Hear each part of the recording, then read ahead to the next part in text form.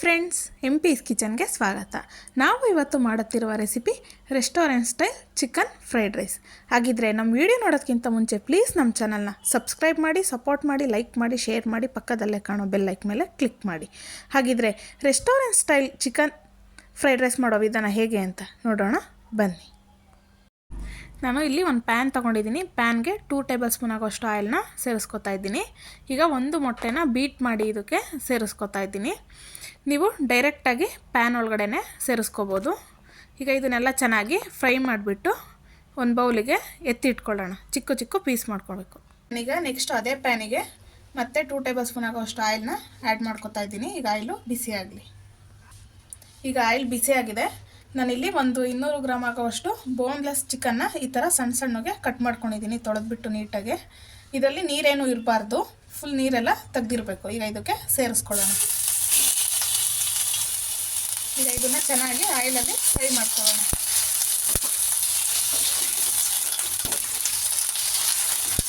ನೀವು ಡೈರೆಕ್ಟ್ ಇದೇ ಥರ ಮಾಡ್ಕೋಬೇಕು ಅಂತ ಏನಿಲ್ಲ. ನಿಮ್ಮ ಮನೆಯಲ್ಲಿ ಈಗ ಕಬಾಬೆಲ್ಲ ಮಾಡಿದಾಗ ಕಬಾಬಲ್ಲಿ ಈ ಥರ ಸ್ಮೂತ್ ಪೀಸಸ್ ಇರುತ್ತಲ್ಲ, ಅದರಲ್ಲಿ ನೀವು ಕಟ್ ಮಾಡಿಬಿಟ್ಟು ಈ ಥರನೂ ಮಾಡ್ಕೋಬೋದು. ಇಲ್ಲಾಂದರೆ ಚಿಕನ್ ತಂದಾಗ ಈ ಥರ ಸ್ಮೂತ್ ಪೀಸಸ್ನ ಇಟ್ಕೊಂಡು ಬೋನ್ಲೆಸ್ ಈ ಥರ ಮಾಡ್ಕೋಬೋದು. ತುಂಬ ಚೆನ್ನಾಗಿ ಬರುತ್ತೆ. ಈಗ ಇದನ್ನೆಲ್ಲ ಚೆನ್ನಾಗಿ ಸ್ವಲ್ಪ ಕಲರ್ ಚೇಂಜ್ ಆಗೋವರೆಗೂ ಫ್ರೈ ಮಾಡ್ಕೊಳ್ಳೋಣ. ಈಗ ಚಿಕನ್ ಎಲ್ಲ ಸ್ವಲ್ಪ ಚೆನ್ನಾಗಿ ಬೆಂದಿದೆ. ಅದರಲ್ಲಿ ನೀರು ಬಿಟ್ಟಿರೋದೆಲ್ಲ ಫುಲ್ಲು ಖಾಲಿಯಾಗಿದೆ. ಈಗ ಇದಕ್ಕೆ ಸ್ವಲ್ಪ ಸಾಲ್ಟ್ನ ಸೇರಿಸ್ಕೊತಾ ಇದ್ದೀನಿ.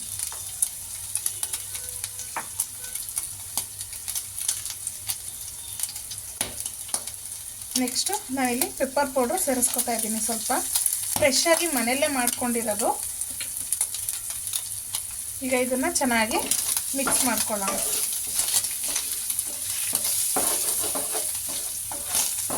ಚಿಕನ್ನು ಸ್ವಲ್ಪ ಚೆನ್ನಾಗಿ ಕುಕ್ ಆಗಬೇಕು ಈ ರೀತಿ.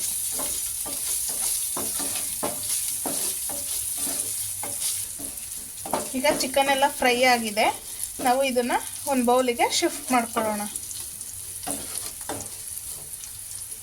ಈಗ ನಾನು ಅದೇ ಕಡೆಗೆ ಮತ್ತೆ 2 ಟೇಬಲ್ ಸ್ಪೂನ್ ಆಯಿಲ್ನ ಸೇರಿಸ್ಕೊತಾ ಇದ್ದೀನಿ. ಈಗ ಆಯಿಲೆಲ್ಲ ಬಿಸಿ ಆಗಲಿ. ಈಗ ಆಯಿಲ್ ಬಿಸಿಯಾಗಿದೆ. ಅದಕ್ಕೆ ನಾನು ಕಟ್ ಮಾಡಿರೋ ಅಂಥ ಈರುಳ್ಳಿನ ಸೇರಿಸ್ಕೊತಾ ಇದ್ದೀನಿ. ಇಲ್ಲಿ ನಾನು ಸ್ಲೈಸಾಗಿ ಕಟ್ ಮಾಡ್ಕೊಂಡಿದ್ದೀನಿ. ನಿಮಗೆ ಈ ಈರುಳ್ಳಿ ಇಷ್ಟ ಇಲ್ಲ ಅಂದರೆ ನೀವು ಸ್ಪ್ರಿಂಗ್ ಆನಿಯನ್ನನ್ನು ಸೇರಿಸ್ಕೋಬೋದು. ಈಗ ಇದನ್ನು ಚೆನ್ನಾಗಿ ಫ್ರೈ ಮಾಡ್ಕೊಳ್ಳೋಣ.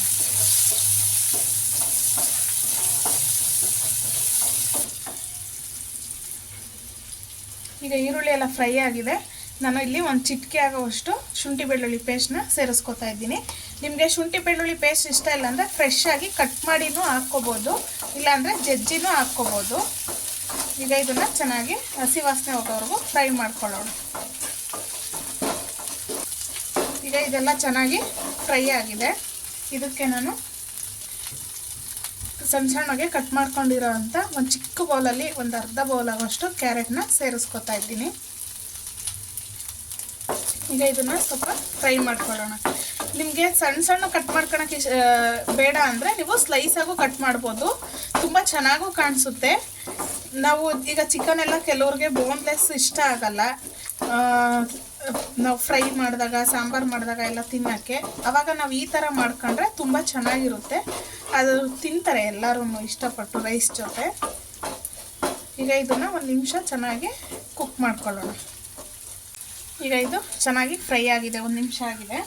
ಇದಕ್ಕೆ ನಾನು ಒಂದು ಸ್ವಲ್ಪ ಕ್ಯಾಪ್ಸಿಕಮು ಮತ್ತು ಕ್ಯಾಬೇಜನ್ನ ಸೇರಿಸ್ಕೊತಾ ಇದ್ದೀನಿ.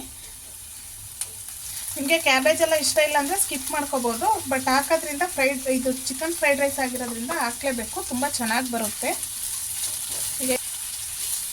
ಈಗ ಇದನ್ನು ಸ್ವಲ್ಪ ಚೆನ್ನಾಗಿ ಮಿಕ್ಸ್ ಮಾಡ್ಕೊಳ್ಳೋಣ.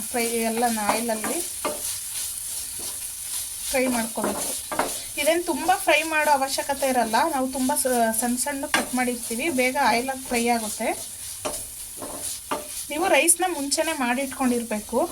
ಅದು ಸ್ವಲ್ಪ ಬಿಸಿ ಅನ್ನ ಎಲ್ಲ ಹಾಕ್ಬಾರ್ದು, ಸ್ವಲ್ಪ ತಣ್ಣಗೆ ಮಾಡಿಕೊಂಡು ಹಾಕ್ಕೋಬೇಕಾಗುತ್ತೆ. ನಿಮಗೆ ಬಾಸುಮತಿ ರೈಸಲ್ಲಿ ಬೇಕು ಅಂದರೆ ಬಾಸುಮತಿ ರೈಸಲ್ಲಿ ಮಾಡ್ಕೋಬೋದು, ಇಲ್ಲ ಅಂದರೆ ಸೋನಾ ರೈಸಲ್ಲೇ ಮಾಡ್ಕೋಬೋದು. ಬಟ್ ಮುಂಚೆನೇ ರೈಸ್ನ ಮಾಡಿಟ್ಕೋಬೇಕಾಗುತ್ತೆ. ಉಪ್ಪು ಮತ್ತು ಸ್ವಲ್ಪ ಆಯಿಲ್ ಹಾಕಿ ಕುಕ್ ಮಾಡಿಕೊಂಡ್ರೆ ಚೆನ್ನಾಗಿ ಉದ್ದುದ್ರಾಗಿ ಬರುತ್ತೆ ರೈಸು. ಈಗ ಇದು ನೋಡಿ, ಇಷ್ಟು ಕುಕ್ಕಾದರೆ ಸಾಕಾಗುತ್ತೆ. ಇದು ಕುಕ್ ಆಗಿದೆ. ಈಗ ಇದಕ್ಕೆ ನಾನು ಈಗ ನಾವು ಮುಂಚೆನೇ ಮಾಡಿಟ್ಕೊಂಡಿರೋ ರೈಸ್ನ ಸೇರಿಸ್ಕೊಳ್ಳೋಣ. ಈಗ ನಾನು ಮುಂಚೆನೇ ರೈಸ್ ಮಾಡಿಟ್ಕೊಂಡಿದ್ದೆ, ಅದನ್ನು ಸೇರಿಸ್ಕೊತಾ ಇದ್ದೀನಿ. ಈಗ ಇದನ್ನು ಚೆನ್ನಾಗಿ ಮಿಕ್ಸ್ ಮಾಡ್ಕೊಳ್ಳೋಣ. ಈಗ ನಾವು ಆವಾಗಲೇ ಫ್ರೈ ಮಾಡ್ಕೊಂಡಿದ್ವಲ್ಲ ಚಿಕನ್ನು, ಅದನ್ನು ಇದಕ್ಕೆ ಸೇರಿಸ್ಕೊಳ್ಳೋಣ. ಮತ್ತು ಮೊಟ್ಟೆ, ನಾವು ಮೊಟ್ಟೆ ಹಾಕೋದು ತುಂಬ ಚೆನ್ನಾಗಿ ಟೇಸ್ಟ್ ಬರುತ್ತೆ. ಅದಕ್ಕೆ ಮೊಟ್ಟೆನ ಈಗಲೇ ಸೇರಿಸ್ಕೋಬೇಕು. ಈಗ ರುಚಿಗೆ ತಕ್ಕಷ್ಟು ಉಪ್ಪು, ನಾವು ರೈಸ್ ಮಾಡಬೇಕಾದ್ರೂ ಉಪ್ಪು ಹಾಕಿರ್ತೀವಿ, ಮತ್ತು ಚಿಕನ್ನ ಕುಕ್ ಮಾಡ್ಕೋಬೇಕಾದ್ರೂ ಉಪ್ಪು ಹಾಕಿರ್ತೀವಿ, ನೋಡಿಕೊಂಡು ಉಪ್ಪು ಹಾಕ್ಕೋಬೇಕಾಗುತ್ತೆ. ಈಗ ಇದಕ್ಕೆ ನಾನು ಒಂದು ಅರ್ಧ ಟೇಬಲ್ ಸ್ಪೂನ್ ಆಗೋವಷ್ಟು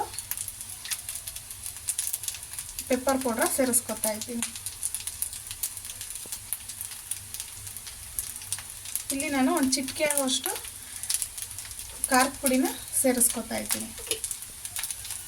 ಈಗ ಇದನ್ನೆಲ್ಲ ಮಿಕ್ಸ್ ಮಾಡ್ಕೊಳ್ಳೋಣ. ನಿಮಗೆ ಖಾರದ ಪುಡಿ ಇಷ್ಟ ಇಲ್ಲ ಅಂದರೆ ನೀವು ಗ್ರೀನ್ ಚಿಲ್ಲಿ ಸಾಸು ಇಲ್ಲಾಂದರೆ ರೆಡ್ ಚಿಲ್ಲಿ ಸಾಸನ್ನ ಸಹ ಇದಕ್ಕೆ ಸೇರಿಸ್ಕೋಬೋದು, ಇಲ್ಲಾಂದರೆ ಹಸಿಮೆಣ್ಸಿನ್ಕಾಯಿನೂ ಸೇರಿಸ್ಕೋಬೋದು. ಈಗ ಇದನ್ನೆಲ್ಲ ಚೆನ್ನಾಗಿ ಮಿಕ್ಸ್ ಮಾಡ್ಕೊಳ್ಳೋಣ.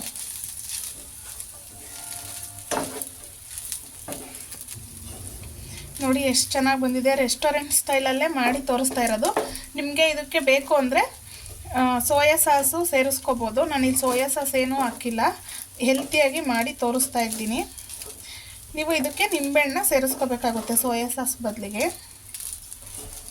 ಇದನ್ನೆಲ್ಲ ಈಗ ಚೆನ್ನಾಗಿ ಮಿಕ್ಸ್ ಆಗಿದೆ. ಒಂದು ಸರ್ತಿ ನೀವು ಉಪ್ಪು ಖಾರನ ಚೆಕ್ ಮಾಡ್ಕೋಬೇಕು.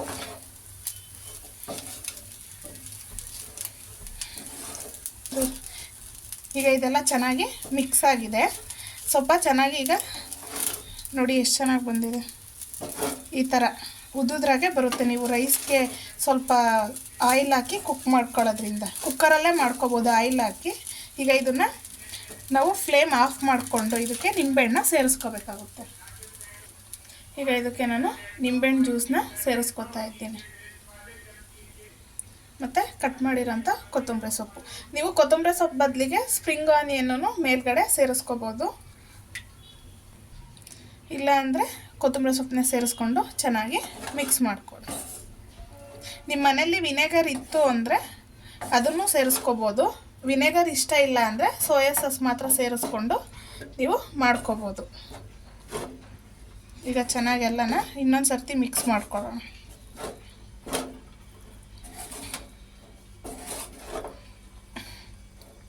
ತುಂಬ ಈಸಿಯಾಗಿ ಹೆಲ್ತಿಯಾಗಿ ನಾನಿವತ್ತು ನಿಮ್ಮ ಜೊತೆ ಶೇರ್ ಮಾಡ್ಕೊಂಡಿದ್ದೀನಿ. ನಿಮಗೆ ಇಷ್ಟ ಆದರೆ ನೀವು ಒಂದು ಸರ್ತಿ ಮನೇಲಿ ಟ್ರೈ ಮಾಡಿ ಹೇಗೆ ಬಂತು ಎಂದು ಕಮೆಂಟ್ ಮೂಲಕ ತಿಳಿಸಿ. ಮತ್ತಷ್ಟು ಈಸಿ ರೆಸಿಪಿಗೋಸ್ಕರ ಇಂಪೀಸ್ ಕಿಚನ್ನ ಫಾಲೋ ಮಾಡಿ. Thank you for watching. Bye.